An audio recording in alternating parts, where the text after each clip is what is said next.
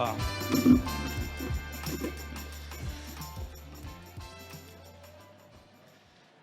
어, 안녕하세요. 마스터 오피스를 만들고 있는 디렉터 김준희라고 합니다.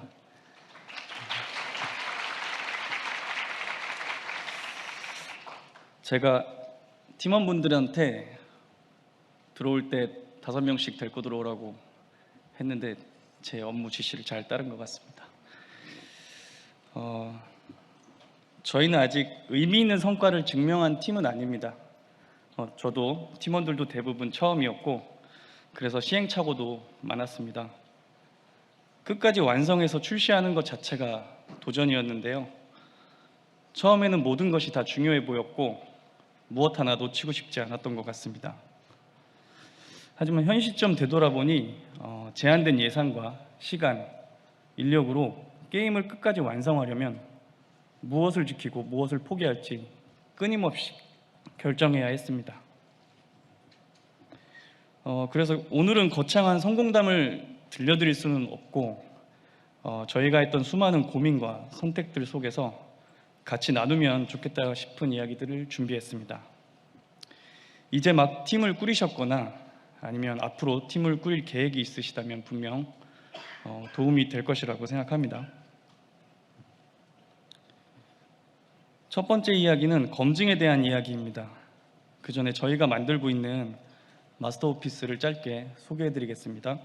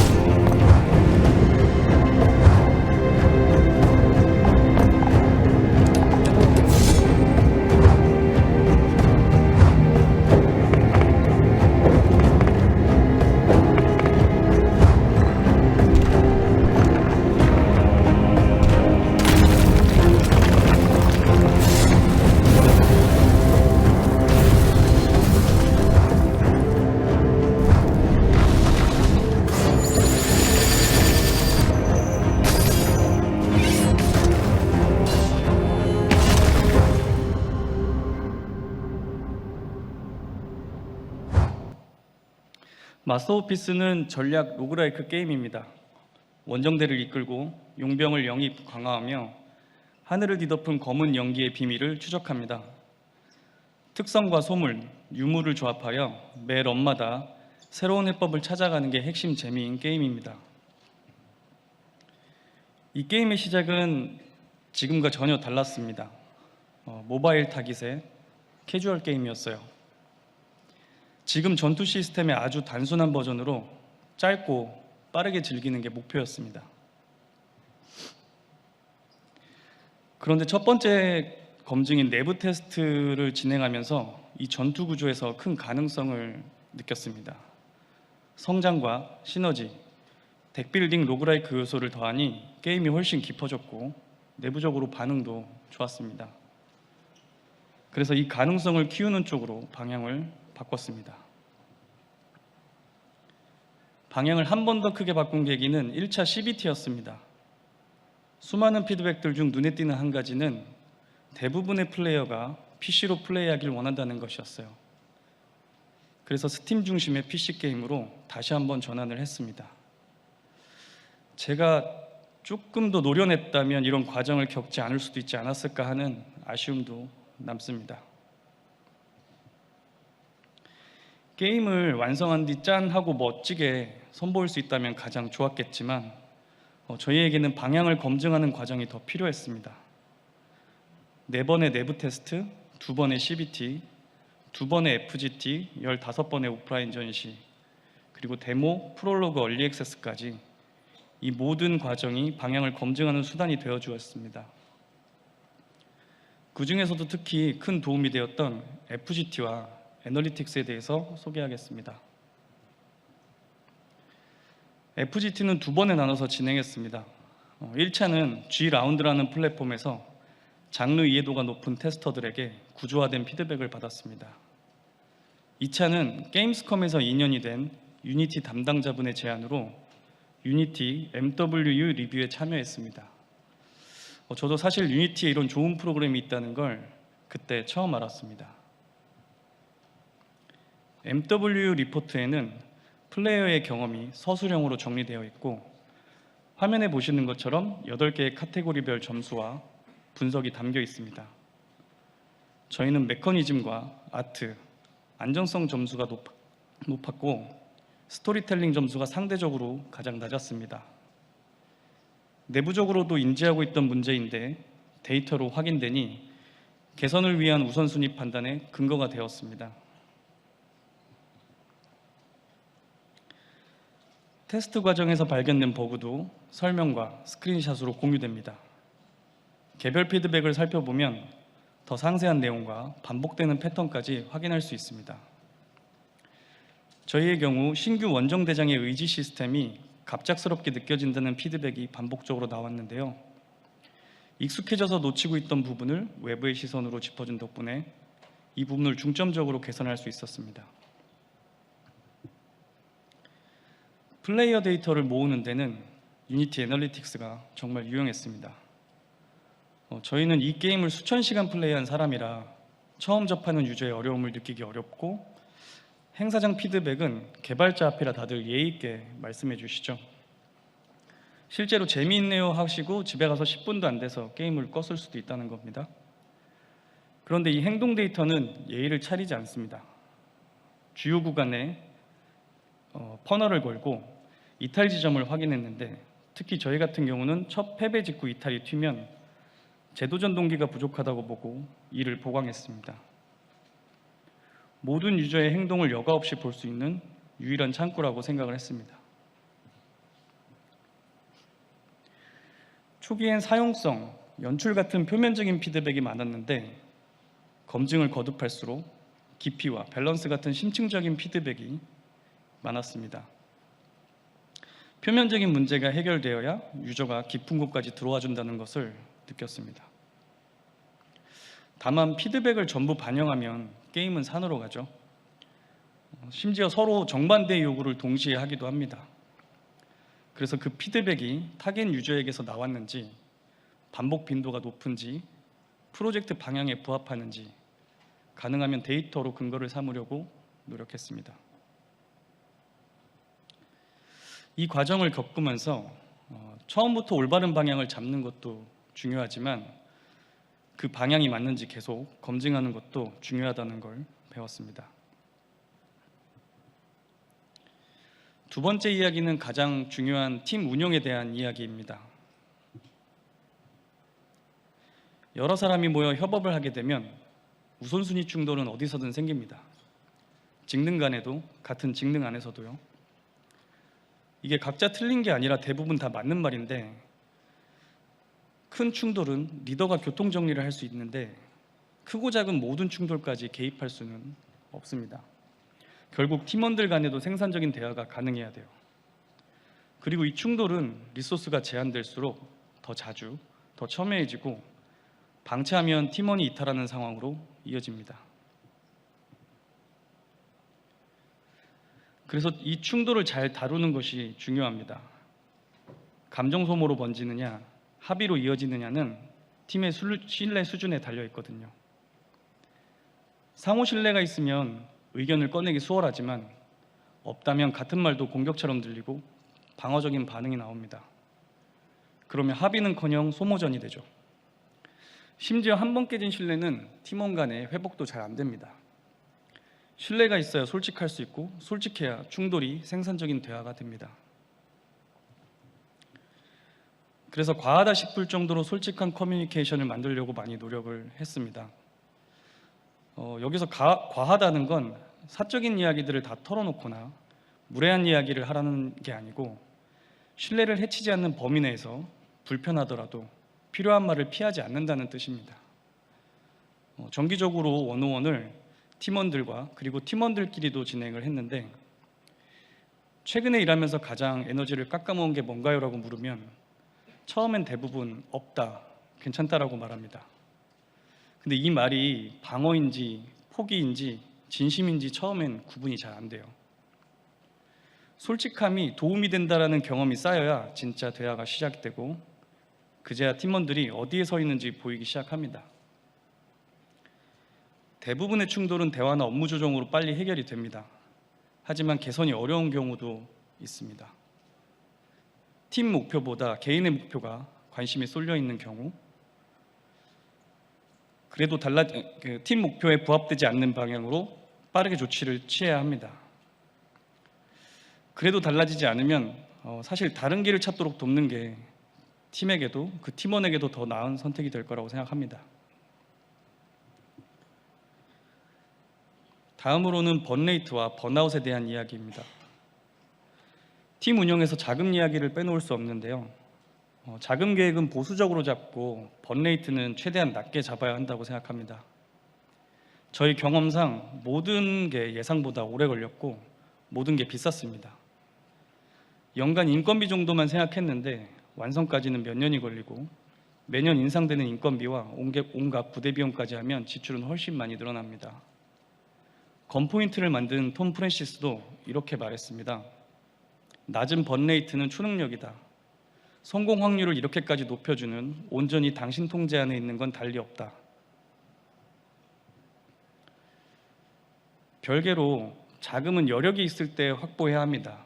보통 자금이 떨어지면 자금 확보 방법을 찾기 시작하는데요. 번레이트가 높아질수록 일정 압박과 번아웃 위험이 커집니다. 저희는 초기 자금과 지원 사업 덕분에 투자를 적극적으로 검토하지 않았는데 돌이켜보면 더 일찍 더 적극적으로 움직여야 했다고 생각합니다. 솔직히 투자가 가져오는 추가적인 압박이 개인적으로도 부담스러웠던 것 같기도 합니다. 중요한 건 자금이 바닥나기 전에 움직여야 합니다. 런웨이가 짧아진 다음에는 좋은 조건으로 협상할 수가 없습니다. 그리고 자금이 타는 속도만큼 무서운 게 사람이 타는 속도입니다. 게임 개발은 장거리 달리기라 페이스가 굉장히 중요하죠. 너무 루즈하면 모멘텀을 잃고 너무 빠르면 판단력이 떨어지고 이탈이 생깁니다. 그래서 크런치는 정말 필요한 시점에 팀이 감당할 수 있는 범위 내에서 써야 합니다. 단기적으로는 빨라 보일 수 있지만 이후에는 더 큰 비용으로 돌아옵니다. 결국 팀의 목표를 향해 달려가는 팀원들을 지키는 게 곧 팀의 목표를 지키는 일이라고 생각했습니다. 지금까지는 팀과 사람에 대한 이야기였는데 이제부터는 실제 제작 과정에 대한 이야기입니다. 리드 개발자 석윤경 프로님께서 이어서 말씀해 주시겠습니다.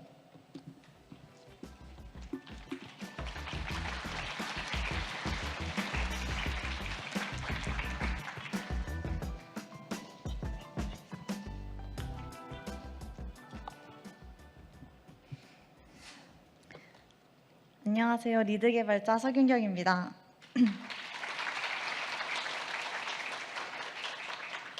이제부터는 실제로 게임을 개발하면서 무엇을 지키고 무엇을 포기했는지에 대해 이야기해 보겠습니다. 게임을 만드는 내내 가장 신경 썼던 것 중 하나가 진입장벽을 낮추는 일이었습니다. 많은 분들이 전략 장르는 복잡하니까 어렵다고 생각합니다. 하지만 저희가 보기엔 진짜 장벽은 복잡성 자체가 아니었어요. 그 복잡성이 한꺼번에 쏟아지는 게 문제였죠. 뭘 먼저 봐야 하는지, 이 수치가 뭘 의미하는지를 모르면 재미를 느끼기도 전에 손을 놓게 되니까요. 그런데 전략 장르에서는 정보량을 줄이기는 어렵습니다. 정보가 곧 게임이거든요. 그래서 저희는 정보의 양을 줄이는 게 아니라 제공하는 순서와 방식을 다듬었어요. 필요한 시점에 필요한 만큼만 보여주고 대충 훑어봐도 짐작이 가게끔 만들었습니다. 메커니즘도 점진적으로 경험하게 했고요. 그렇게 하니 자연스럽게 직관성이 생기고 러닝 커브도 완만해졌습니다. 시각적 언어에도 신경 썼어요. 처음 특성 아이콘을 디자인할 때는 컨셉에 맞춰 배경색을 정했습니다. 예쁘긴 한데 정작 가장 중요한 정보가 담겨있지 않았어요. 유저들이 궁금한 건 이게 언제 발동하느냐거든요. 그래서 공격 시 발동하는 특성은 빨간색의 칼처럼 뾰족한 배경, 피격시 발동하는 특성은 노란색의 방패 모양으로 했습니다. 이렇게 컨셉이 아니라 기능이 보이게 바꾼 거죠. 처음엔 그냥 아이콘으로 보여도 플레이를 반복하다 보면 설명 없이도 구분할 수 있게 됐습니다. 기물의 베이스도 비슷한 사례예요. 처음엔 기물의 개성에 맞춰 어울리는 베이스를 만들었습니다. 그런데 전장에서는 이게 무슨 기물이냐 보다 이게 내 편이냐가 더 중요하더라고요. 그래서 아군은 파란색, 적군은 빨간색으로 통일했습니다. 개성보다 피아식별을 우선으로 한 거죠. 앞서 말씀드린 사례들처럼 아무리 멋진 아트와 연출이라도 상황을 읽는데 방해가 되면 포기했습니다. 아깝다는 생각도 들었지만 우선순위를 정해두니 결정이 쉬웠어요. 직관성을 챙기고 그 안에서 보기 좋게 만드는 것. 물론 완벽하다고 생각하진 않습니다. 다만 이 기준을 끝까지 놓지 않으려고 노력하고 있습니다. 아트의 방향을 정하면서 마주한 질문은 무엇을 만들 것인가가 아니고 무엇을 포기할 것인가였어요. 리깅, 애니메이션, 화려한 질감 표현 전부 다 하고 싶었지만 가장 적은 공수로 최선의 아트를 만들 방법을 찾아야 했습니다. 기물 디자인 사례를 보면 게임에 등장하는 캐릭터는 약 200종입니다. 모델링, 텍스처링, 리깅, 애니메이션을 하루에 하나씩 한다고 해도 약 200일이 걸려요. 그래서 두 가지만 확실하게 정했습니다. 보드게임 기물이라는 컨셉, 그리고 동일한 모델에 텍스처만 다르게 입히는 방식입니다. 기물은 원래 걷거나 뛰지 않으니까 리깅과 애니메이션을 포기하는 게 오히려 자연스러운 선택이 됐어요. 그리고 기물마다 모델링을 새로 할 필요 없이 텍스처 작업만으로도 완성할 수 있었죠.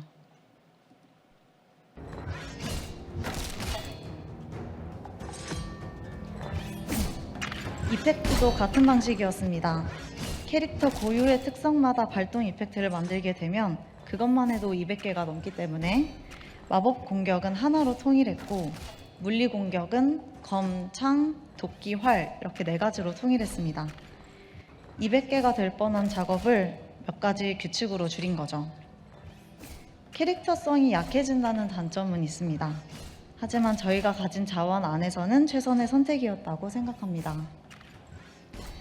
많은 걸 포기하면서도 끝까지 지킨 건 아트의 일관성입니다. 제한된 상황에서 이 에셋들이 좀 아쉬워 보이느냐 아니면 의도된 선택으로 보이느냐는 결국 일관성에 달려 있거든요. 그 덕분에 단순화된 아트가 오히려 저희 게임의 시각적 정체성이 될 수 있었던 것 같습니다. 처음 게임사파에 생성형 AI를 쓰기로 결정했을 때 작은 팀에게 굉장히 합리적인 선택이라고 생각했어요. 500장에 가까운 사파를 짧은 시간 안에 만들 수 있고 그렇게 아낀 시간과 비용은 다른 곳에 쓸 수 있으니까요. 그런데 서구권 유저들의 거부감은 예상보다 강했습니다. 일부 스트리머들은 AI 아트가 포함된 게임은 다루지 않겠다고까지 했고 영상 댓글에도 부정적인 댓글들이 쌓였어요. 소수의 목소리라고 생각했는데 생각보다 넓고 깊었습니다. AI 아트가 발견된 인디게임은 스팀에서 부정적인 리뷰 비율이 25% 더 높다는 분석도 있습니다. AI를 쓰지 말자는 얘기는 아니에요. 조사를 보면 스토리와 세계관 중심 유저일수록 AI에 부정적이고 파워 진행 중심 유저는 상대적으로 덜합니다. 지역 차이도 있어서 아시아권은 수용적인 반면 서구권은 창의성과 저작권에 훨씬 민감해요. 유저에게 닿지 않는 개발 파이프라인 안에서는 충분히 활용하되 아트나 마케팅처럼 유저와 직접 마주하는 지점에서는 신중해야 한다고 생각해요. 만약 꼭 써야 한다면 시장 반응을 작게 테스트해 보시길 권합니다. 아니면 아무도 눈치채지 못할 만큼 완벽하게 다듬으시거나요. 결국 저희는 AI 사파를 전부 폐기하고 분량을 100장 정도로 줄여 일러스트레이터와 내부 아티스트의 그림으로 전면 교체했어요. 시간을 아끼려던 일에 시간을 더 쓰게 됐지만 맞는 결정이었다고 생각합니다. AI 아트는 단순한 기술적 선택이 아니라 비즈니스 리스크가 될 수 있다는 걸 선택하시기 전에 한 번쯤 고려해 보시길 바랍니다. 기능 하나를 추가했을 뿐인데 여기저기서 문제가 터지는 경험 다들 있으실 겁니다. 작은 팀에겐 더 치명적인데요. 개발이 느려지는 만큼 런웨이가 깎이기 때문입니다. 일정이 쫓기다 보면 당장의 눈앞의 기능을 빠르게 구현하려고 하고 그러다 보면 비슷한 구조의 코드가 제각각의 모양으로 여기저기 생겨납니다. 이렇게 얽히기 시작하면 나중에 하나를 수정할 때 어디까지 영향이 가는지 확신할 수가 없어요. 저희도 개발 초기에 이런 경험을 했습니다. 그러면서 이런 문제를 해결하기 위해 여러 가지 장치들을 만들어 왔는데요. 오늘은 그중 하나를 소개해 드리겠습니다. 저희 게임에는 특성, 유물, 소문, 아이템, 지형 지물 등 많은 시스템이 있어요. 겉보기엔 좀 다르지만 공통적으로는 어떤 조건이 되면 어떤 효과가 발동한다라는 같은 구조를 가지고 있습니다. 이 뼈대를 하나의 템플릿으로 만들고 모든 조건과 발동 시스템을 그 위에 올렸어요. 효과 하나가 독립된 메서드 하나고 정해진 규칙의 이름으로 생성하면 시스템이 자동으로 수집해서 호출합니다.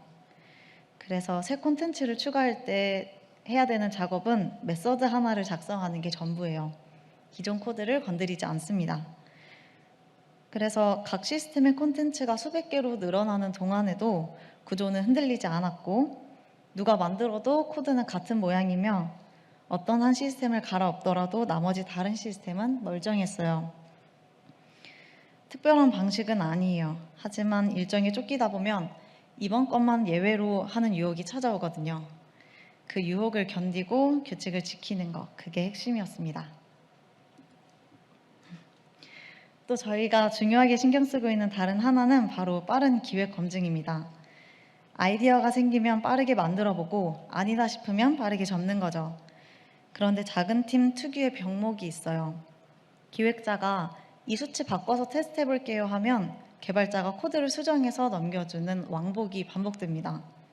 검증은 수십 수백 번을 돌려보는 일이라 어느새 개발자가 검증 셔틀이 돼버려요. 개발 리듬이 끊기고 그 끊김은 번레이트로 돌아옵니다. 그래서 개발자를 그 고리에서 빼냈어요. 대부분의 데이터는 시트로 관리해 기획자가 직접 수치를 조절할 수 있게 했고 모션 변수는 인스펙터에 노출시켜 아트에서 바로 조정할 수 있겠습니다. 플레이 테스트에 필요한 다양한 모드는 유니티 커스텀 에디터를 활용해서 누구나 쉽게 켜고 끌 수 있게 했고요. 개발자 없이도 직접 값을 만지며 검증할 수 있게 된 거죠. 도구를 만드는 비용이 검증을 반복하는 비용보다 훨씬 적었어요. 한번 만들면 계속 쓸 수 있으니까요. 또 저희가 중요하게 신경 쓰고 있는 것 중 하나는 죄송합니다. 마스터 오피스는 특성, 유물, 소문, 결속 같은 시스템들이 서로 상호작용하며 시너지를 냅니다. 여기서 나오는 의외의 한 수가 핵심 재미인데 바로 그 재미의 원천이 QA 지옥이에요. 개별 요소는 하나씩 검증할 수 있습니다. 하지만 조합은 달라요. 경우의 수가 수백만 가지로 폭발하거든요. 그래서 일찍 인정했습니다. 개별 검증은 하되 모든 조합의 전수 테스트는 불가능하다고요. 대신 조합에서 터지는 문제를 빠르게 발견하고 빠르게 재현하고 빠르게 고치는 체계에 투자했습니다. 하나는 인게임 버그 리포트예요. 로그라이크에서 가장 디버깅하기 어려운 버그는 재현할 수 없는 버그입니다. 그래서 리포트 시점에 플레이 데이터, 스크린샷, 디바이스 정보가 전부 한 번에 들어올 수 있도록 했고요. 전투는 지나간 라운드도 턴 단위로 보존되게 했습니다. 덕분에 유저의 이상해요 라는 한 줄의 제보만으로도 재현이 가능한 전투 한 판이 만들어지게 되는 거죠. 이 시스템 이후로 버그 재현율이 압도적으로 올라갔습니다. 다른 하나는 유니티 다이어그노스틱스예요. 유저가 신고할 새도 없이 꺼져버리는 크래시는 물론 유저는 눈치채지 못하고 지나가는 에러까지도 자동으로 수집해줍니다. 저희에게 특히 유용했던 건 두 가지예요. 발생 빈도가 보이니 뭐가 가장 시급한지 판단할 기준이 생겼고 기기 정보가 함께 수집되니 특정 기기에서만 발생하는 문제들도 추려낼 수 있었습니다. 저희에게 완성이란 지켜낸 것과 포기한 것이 만들어낸 결과입니다. 무엇을 포기할지 결정하는 과정이 어쩌면 저희 게임의 방향과 정체성을 만들어가는 과정이었던 것 같아요. 지금까지 리드 개발자 서균경이었습니다. 감사합니다.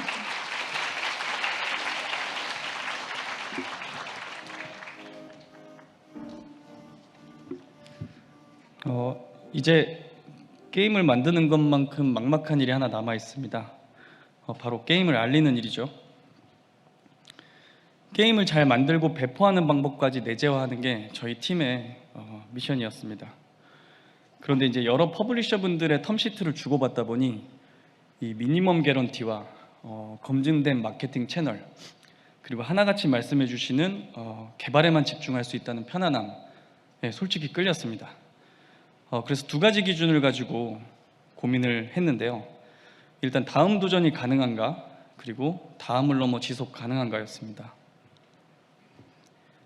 다음 도전을 위해선 최소 3년치의 개발비가 필요합니다. 그런데 스팀 마케팅 전문가 크리스 주코스키의 연간 분석에 따르면 2025년 스팀에 출시된 2만여 개의 게임들 중 리뷰를 1000개를 넘긴 게임은 약 3%라고 합니다. 리뷰 1000개를 판매량으로 환산해 저희 판매 가격으로 매출을 계산했을 때 번레이트가 높은 편인 저희 팀은 상위 3%에 들어야 다음 도전을 겨우 고민할 수 있는 수준이 됩니다. 하위 97%에 떨어지면 개발비 회수는 어렵죠.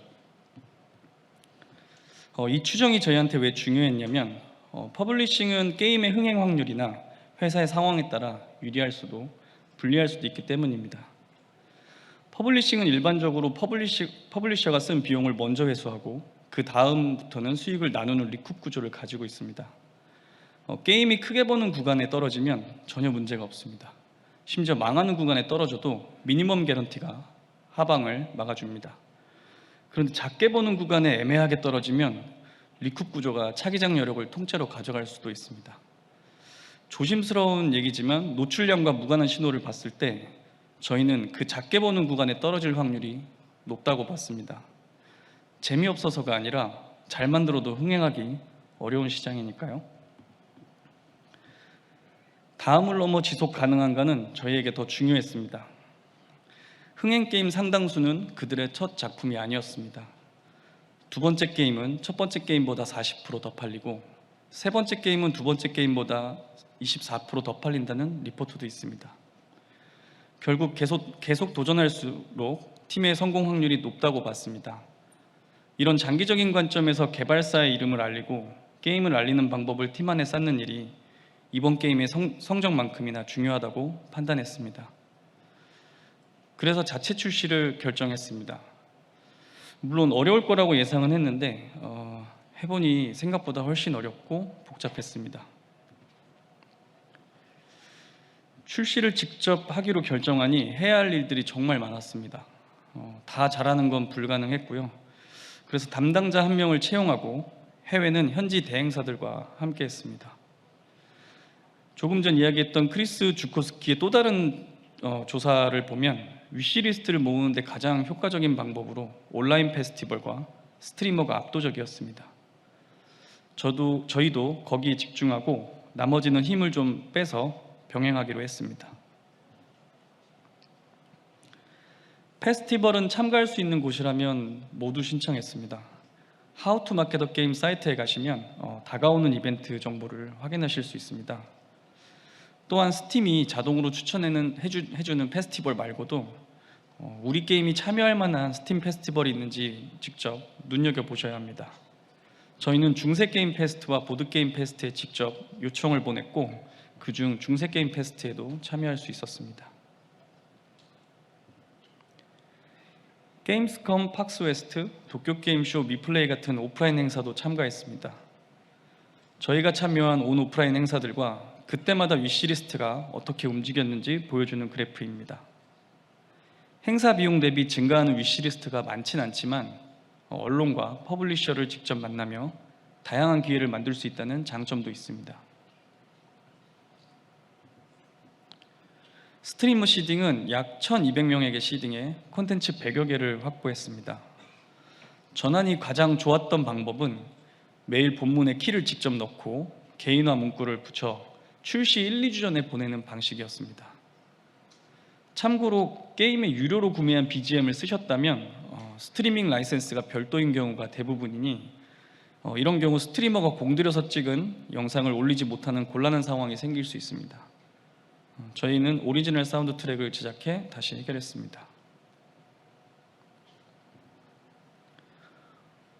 보도자료의 경우도 주요 출시 시점마다 배포를 했는데요.